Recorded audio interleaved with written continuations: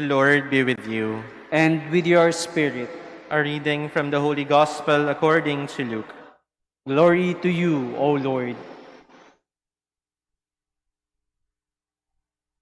Jesus said to his disciples, "Things that cause sin will inevitably occur. But woe to the one through whom they occur.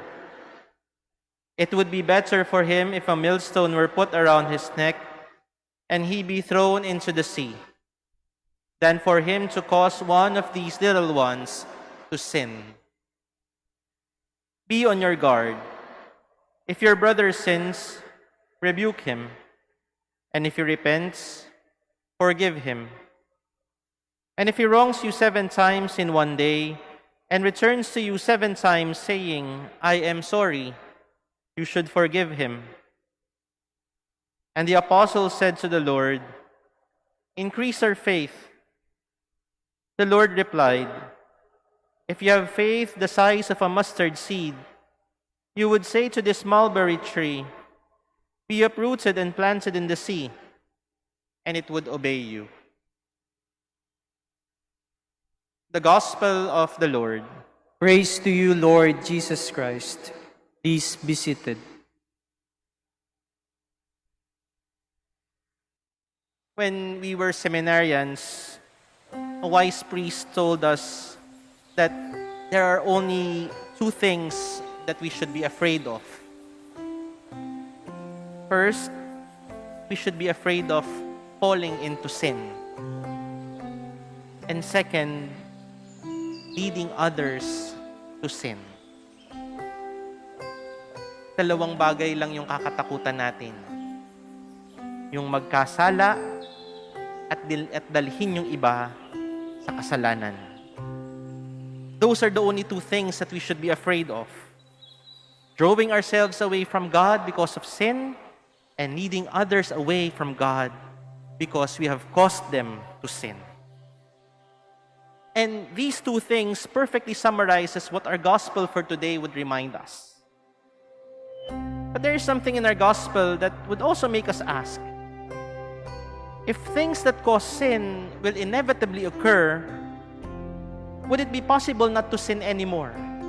Kung mangyayari at mangyayari lang naman na magkakasala tayo, ibig sabihin ba hindi na tayo makakaiwas sa kasalanan? Minsan madaling idahilan na tao lang tayo, nagkakamali lang ako. At siguro yun na yung pwede nating isagot dun sa tanong na yun. But even if we may find ourselves inevitably falling into sin, that does not mean that we can no longer avoid sin. And that can only happen if we have gained enough wisdom to avoid sin. This would be our necessary weapon to avoid sin. How? If we have allowed ourselves to learn from our experiences. We have often heard that experience is the best teacher. But have we really allowed our experiences to teach us? Or do we simply ignore those lessons as we go along the way? Madalas kasi kung ano na yung nasa nakaraan, gusto na lang nating kalimutan. Pero nandun sa nakaraan, yung mga aral na sana ay binibitbit natin para hindi na natin ulit maulit yung pagkakamali. That's why we end up committing the same mistakes all over again. Kaya minsan napapagod din tayo sa ating sarili kasi hindi natin hinahayaan na yung mga aral ng nakaraan, yung mga aral ng kasaysayan, yung maggabay sa ating mga pinipili. Bakit? Dahil nagiging batayan natin sa pagpili yung pinakamadaling magbibigay sa atin ng ginhawa. We always choose the easy way out. And when we look for the easy way out, we neglect the lessons of the past and easily grab what is laid down in front of us. Ito yung pinakamadali. Kaya hahayaan na lang natin yung nakaraan. But going back to our gospel, the bigger sin would fall on those who manipulate and take advantage of those who are looking for the easy way out. At the end of the day, it is those who manipulate and take advantage who would benefit the most. And what happens to those who try to look for the easy way out? They end up with nothing.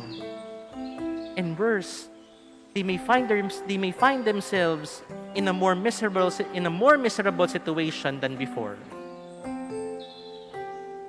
Sabi nun sa isang palabas, walang maloloko kung walang magpapaloko. Pero lagi tayong maloloko kung hindi tayo natututo.